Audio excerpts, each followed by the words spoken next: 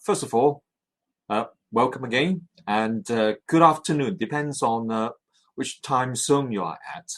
It could be good evening or good morning to you. A bit more about myself. I'm Daniel Fong, and I'm an associate professor in the Division of Construction, Property and Surveying at LSBU.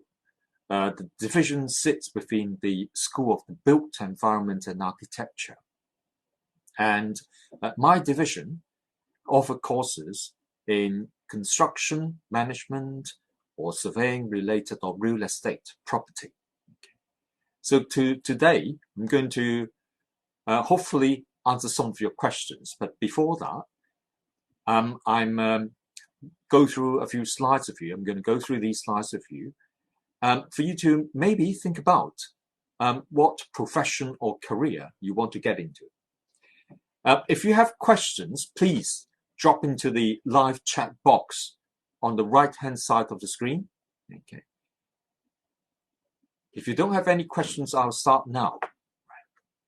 So there's some, I think some of you might have already decided, okay, I want to do a course in this area, or, you know, want to be a surveyor or a construction manager or an engineer. Okay. Now, some questions I have over here, perhaps echoes with you, i.e., say, how to become a professional. There are many courses that you can do at uni, not just LSBU, but you know, many other unis. But eventually, you may want to be a professional. Okay, so what's considered to be a professional?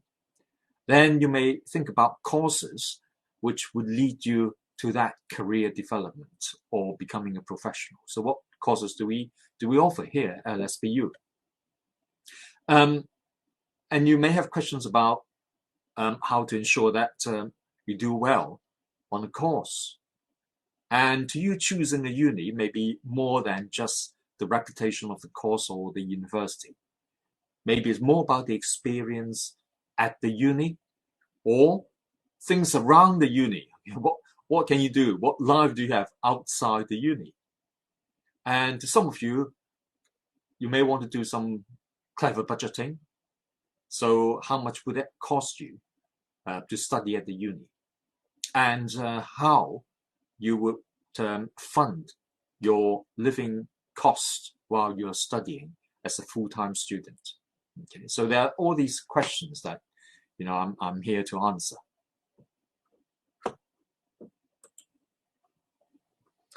A bit about the our school. Okay, so well, don't want to kind of blow our own trumpet as such, but you may want to kind of read through yourselves on some of the history and things that we have done over many decades. And actually, starting more than 100 years ago, we have been a provider for construction, built environment training, education. And we started as the Brixton School of Building in the 1940s, before we became a polytechnic. And ultimately, back in 1994, alongside with many ex-polytechnics, we became a university. But our university had a focus on technical qualification, which provides the knowledge that you need to be successful in kind of professional standing and address the needs also of a lot of industries.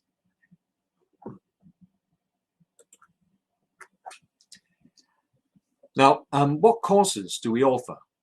We have undergraduate courses in architectural technology, construction management, as well as the HNC in construction. Another group of courses we have are surveying courses that includes building surveying, quantity surveying, as well as commercial management. Now that is a CIOB accredited quantity surveying course.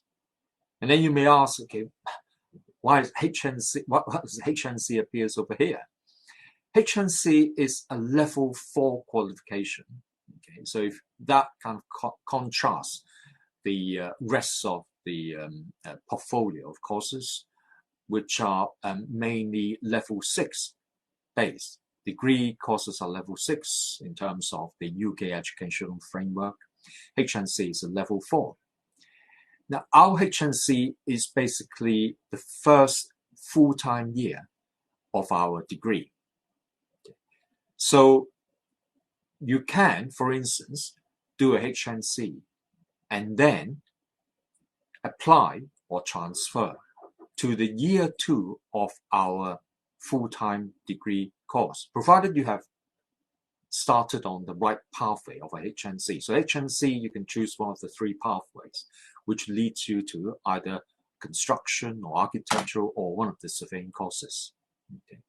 Now they have their own, each course will have their own requirement, but by and large, the construction management, architectural technology, as well as commercial management, they are quite similar.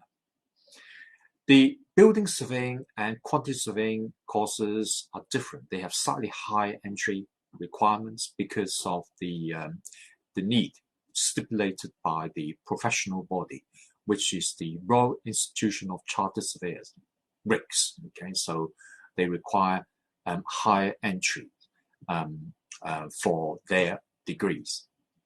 Now, the HNC would have, in general, the lower entry requirements of all, and it has a focus on more vocational base, and hence people with GCSEs and in some cases with experience or some with A-levels would also be considered. Now, there are people who may think, okay, well, I've been out in the industry for a while, or I've been doing different things. I want to start a degree at uni. Is that possible? If you haven't got the formal qualification as such, level 3 qualification as such as A-level or even GCSEs, you may be considered for an extended degree. An extended degree, you can think of it as a year 0 of our degree program. So if you pass the extended degree, then you can apply to go on to any of our degree programs.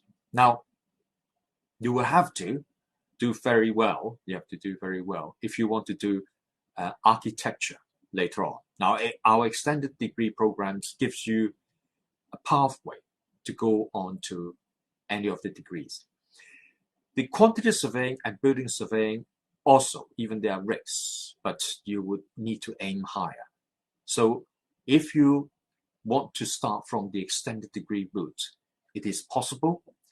You may want to find out before you join the program. For instance, ultimately you want to be a quantity surveyor and you want to start from the extended degree. You want to find out how you could then move from your extended degree onto a RICS surveying course. Now, on this slide, you find at the top is this green bar across, which says apprenticeship. This is also an option we offer on vast majority of the courses. For instance, the HNC has an apprenticeship option. The surveying courses also has apprenticeship courses. And now, with architectural technology and construction management, we would say, yes, almost the entire portfolio has an apprenticeship route. And in fact, we are offering in the country the first apprenticeship of architectural technology course. Okay, so it's just been granted accreditation of our architectural technology course by its professional body, that's CIAT.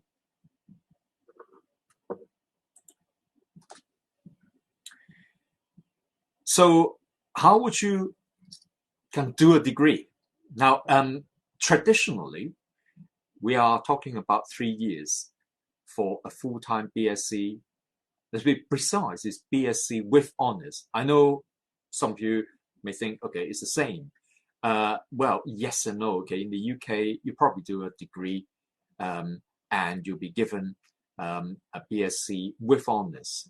But some parts of the country, in some institutions in Wales or in Scotland or in Ireland, you have to do an extra year for the honours alone. So you do 3 years plus 1 year honours. But in England, in particular, you have all the BScs with honours. So in this case, you see in this table, there are actually BSc with honours. So a full-time would take 3 years. A sandwich course would take 4 years. Now, so what's the difference? Now, because it says a sandwich, that means you do a year out.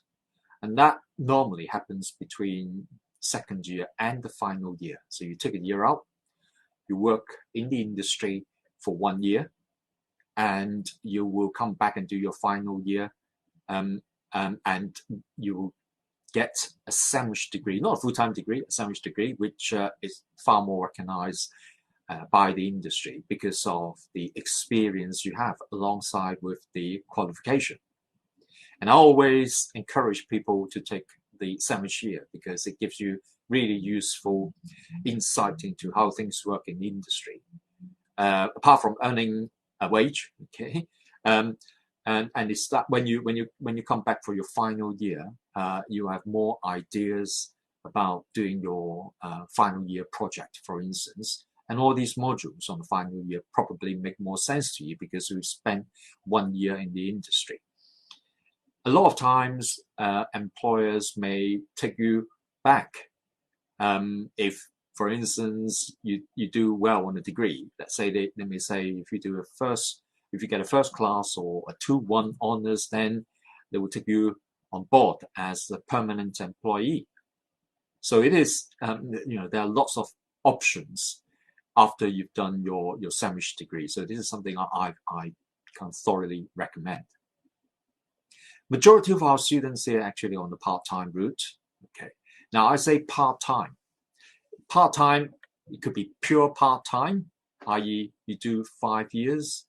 You may be funded by a company. Okay, the employer sent you to us, and then you are here 1 day a week, while the rest of the week you work in the company. You could also be self-funding, but vast majority of our part-time students are actually on the apprenticeship program, which I'll talk about a bit later on. The extended degree I mentioned earlier, it's 1 year. Okay, you can do it either part-time or full-time. In the end, there isn't a kind of certificate as such, but it is almost a guarantee. If you pass it, you can then move on to our degree programs. The HNC could be taken as 1 year full-time or 2 years part-time. Now, at the bottom, you find apprenticeships, and you see all of those, except the extended degree, has an apprenticeship option.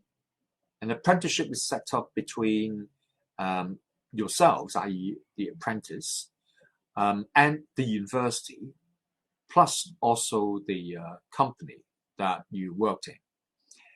And you won't be paying fees because the company will be paying indirectly through the levy.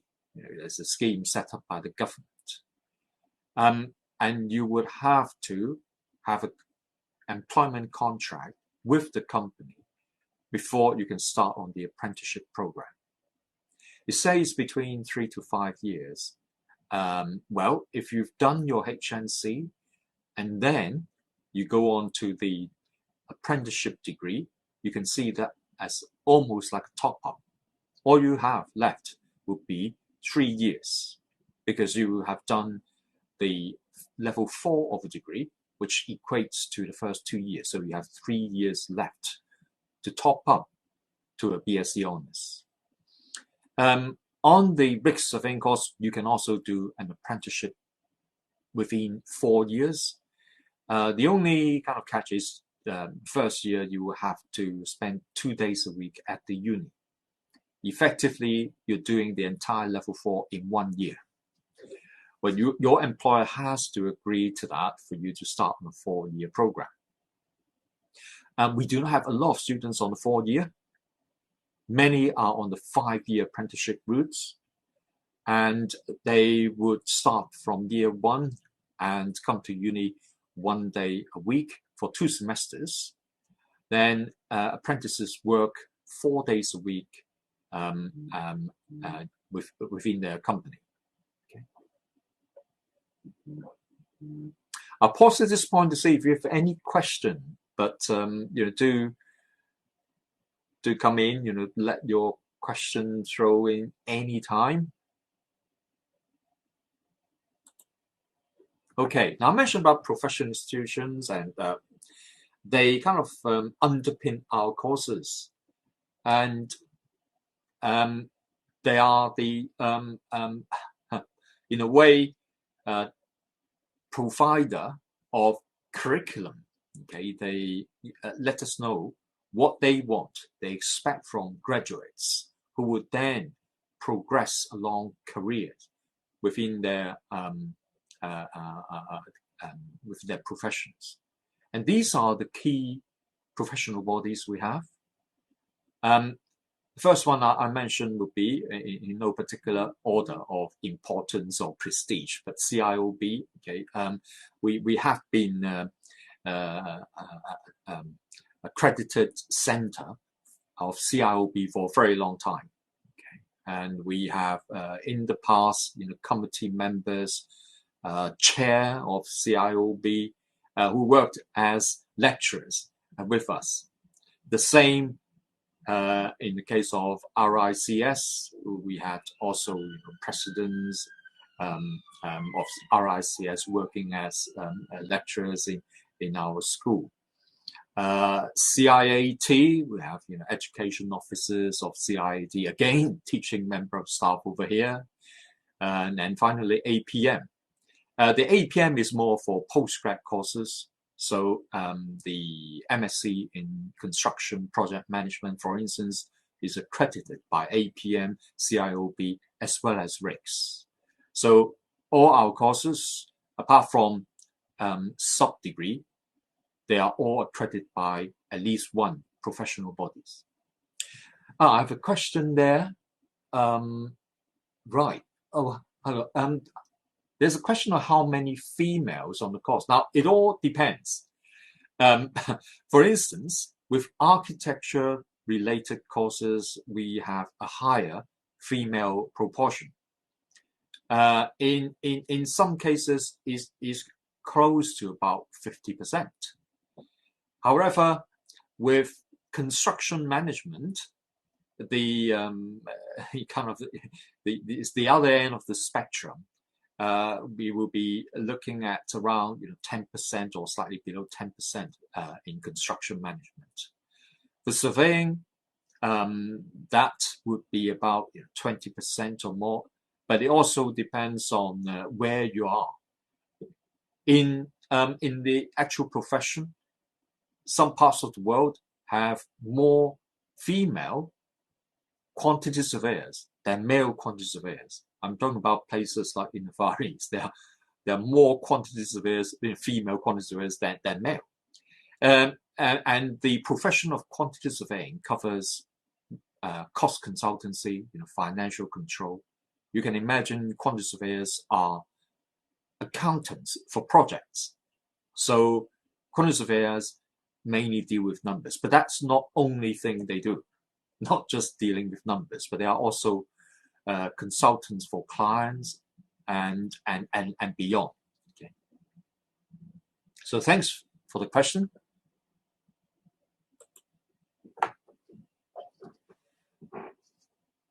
So if you study at South Bank or any of the courses in construction, property and surveying, you find the course covers kind of a range of topics.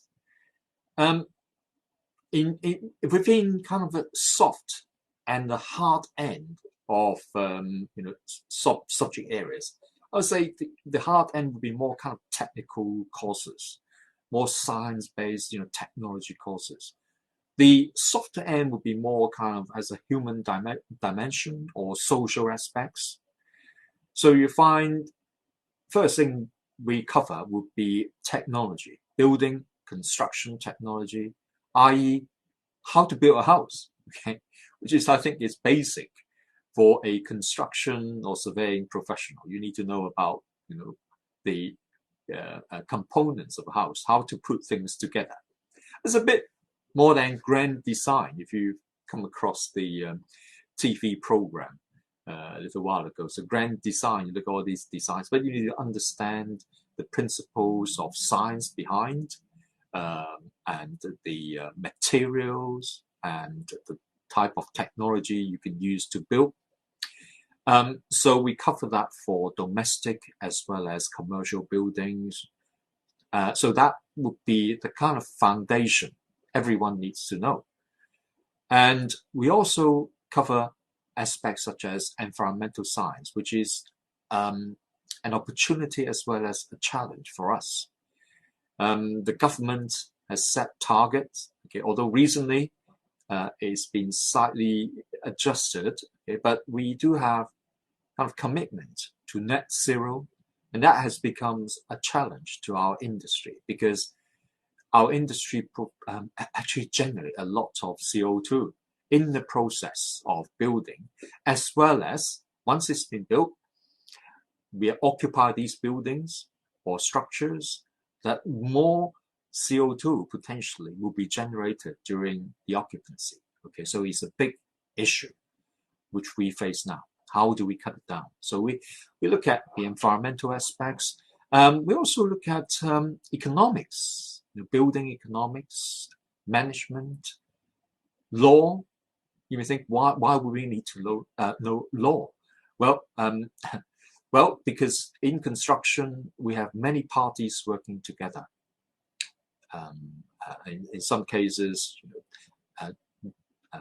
tons of materials specified through different suppliers, subcontractors, many different contracts happen. So how do we enable the project team along the supply chain to work together? There has to be something that we all kind of comply to, and the law aspect comes into play. So there are contracts set up between companies, and so we need to know law. We need to know the type of contracts, and for those in the contractor, you need to understand how to administer contracts as well. So, and finally, design, sustainable design and construction. Yeah, as I mentioned, is you can see sustainability also includes net zero, but they're not necessarily the same thing. So design and construction just in a sustainable way is something that we look at. Okay, so for those who want to find out different professions, we have construction manager, quantity surveyor, commercial manager, building surveyor, architectural technologists. They all are different professions, so they're required to work together. Okay. You may say, oh, there are more. How about engineers? That's true. There are architects, there are structural engineers, M&E engineers, etc. So these are professions where contractually we need to work together, while also at the same time we want to make sure the project team work effectively to deliver the project. So how do we go about?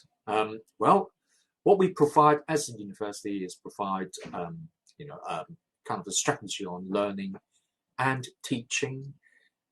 So we make use of lectures. The lectures can happen anywhere you need within the university or outside the room. For instance, we do surveying. Okay, so we have equipment. So there's a lot of the times within the site surveying module, you will have to be using the surveying equipment. Okay, work as a group, and it will be not within the room. Okay, so you'll be spending time outside the classroom. So lectures usually accompanied by tutorials, exercises, and we have classes, seminars, and so on.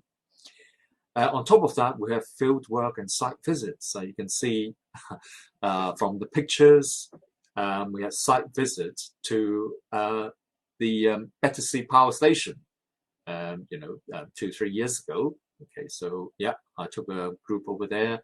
And also, just last year, we went to the HS2 site. Okay, and there's on the left picture, you see some work done by our architectural technology students, a structure created using bamboo, just outside our student center.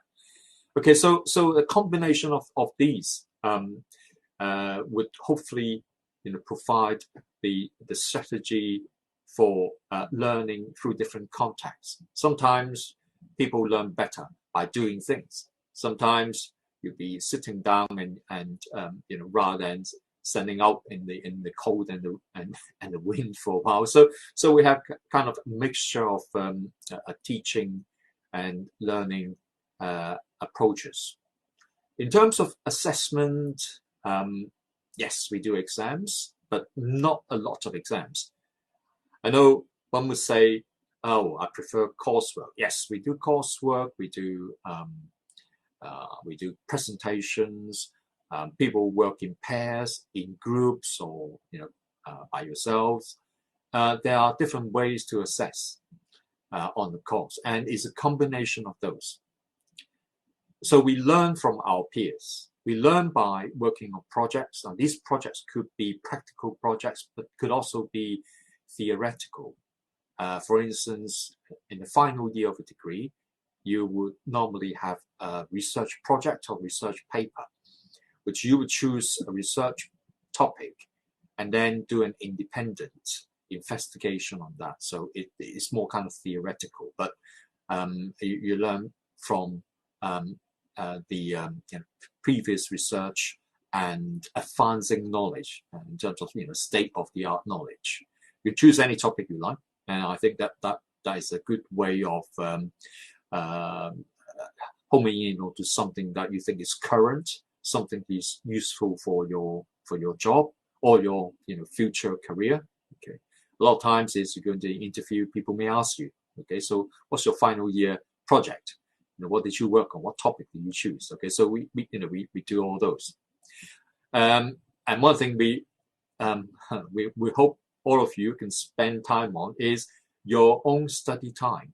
And please do not ignore that, because even for a fitness coach, I mean, you have all these equipment to train you. If you don't do it, then it's kind of defeat the purpose of going to a gym. So we're here to help help you set targets, but however, be expected to put in the time.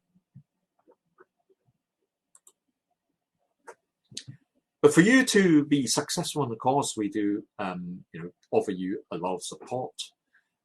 Here you find our student centers cover things such as general welfare, dyslexia and disability support. We have counseling, one-to-one counseling. And we also have employability hub. And for instance, one can register with them and you will get fed all these job opportunities, placement offers, and also part-time jobs in the area. So when you're studying for full-time and you want to kind of get some work experience or find some support for your living, then yes, there are job opportunities around through employability. They even arrange employers to come in to talk to our students.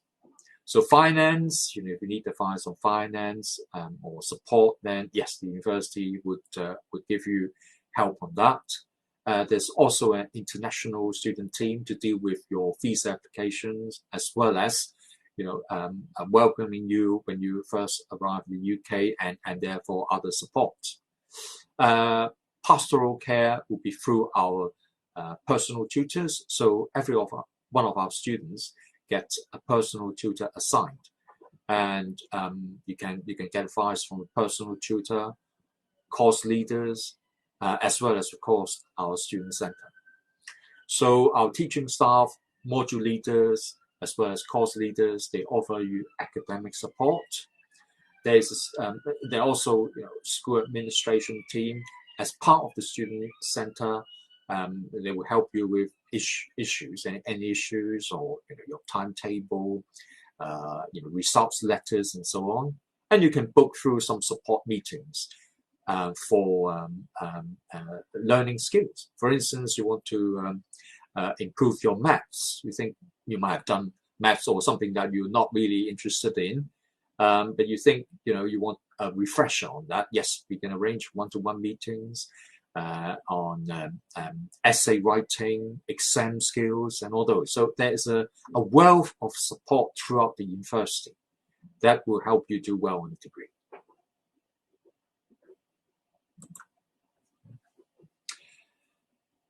So we have quite an array of facilities here. We are based at the Southwark campus, which is considered to be central London, just inside Zone 1, the congestion zone. Okay, so if you take the tube, the closest would be Elephant and Castle. We're actually kind of in between a few stations, like Southwark Tube or Waterloo. And there are train stations around us, London Bridge, Waterloo, and Elephant and Castle. These are main train stations around us. If you want to drive in and you don't want to step inside the congestion zone, a lot of our students will park outside the zone. We are literally at the edge of the congestion zone. So on this campus, we have computer labs throughout many different buildings with computer labs. We also have construction-specific labs like materials lab. We have also an anechoic chamber, which is perfect for recording your music. Okay, so that's silence over there. Acoustic labs. We also have digital construction-related labs, like our BIM center. We have 3D printers, laser cutters. We have 3D robotics, a large-scale robot arm for building bigger 3D models.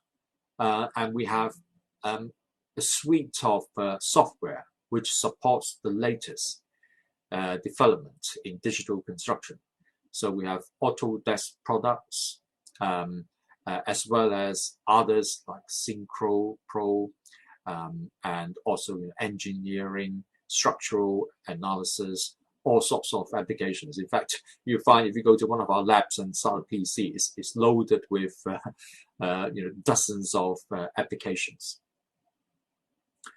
We have good seminar rooms and many good-sized lecture theatres scattered around the university. And also recently, the hub, which is the main entrance to the university, houses a lot of facilities, including a new library, and also lecture theatres, stadiums, coffee, cafes and canteens, and the sports hall and everything. Okay, so it is an impressive building. I mentioned about the employability hub. Okay, so yes, our students tend to be working in many different areas, and the employability hub also organize careers fair. So around October, November time, we invite companies to have a stand at our careers fair, and we had just one recently at the hub, and we have employers ranging from construction contractor to consultants to real estate firms, and yes, it's very popular with our students.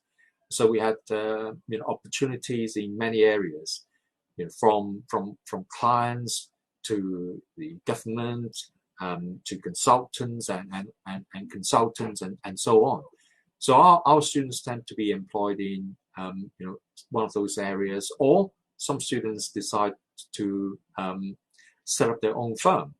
And we did have some architectural technology students. After they finished here, they started a BIM consultancy company. Okay, so they provide a service to the industry, and the company was based at the university. So we well, it happened to be within our techno park. So they hired a space within the university and then started a consultancy company. So yes, many you will find in the construction industry are eventually self-employed. So once they become chartered, then they start their own company or consultancy and so on. So many of our ex-graduates are in the industry, and also many self-employed. And finally, a university won't be just teaching. A university would hopefully advance knowledge, and hence we also put emphasis on research, and many of our colleagues here would work on coming up with new ideas, bringing ideas into the industry through different applications. So we have different research centers and research groups within the university. For instance, Adobe is particularly relevant to our field, which is a center for the integrated delivery of the built environment. Many of our colleagues in the division are members of the Adobe Research Center, and colleagues have research contracts won, and also have publications through journals, conferences, and so on. And many of our colleagues in the school have projects that some of you might have heard of, or might have benefited from.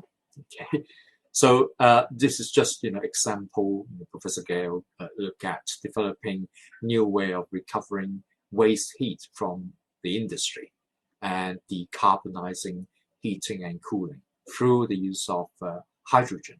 Okay, so hydrogen is considered to be a relatively new technology in our path towards net zero, and the construction sector is trying hard because it's something that affects everyone and in the future. So that concludes my slide. Okay, thanks very much for listening.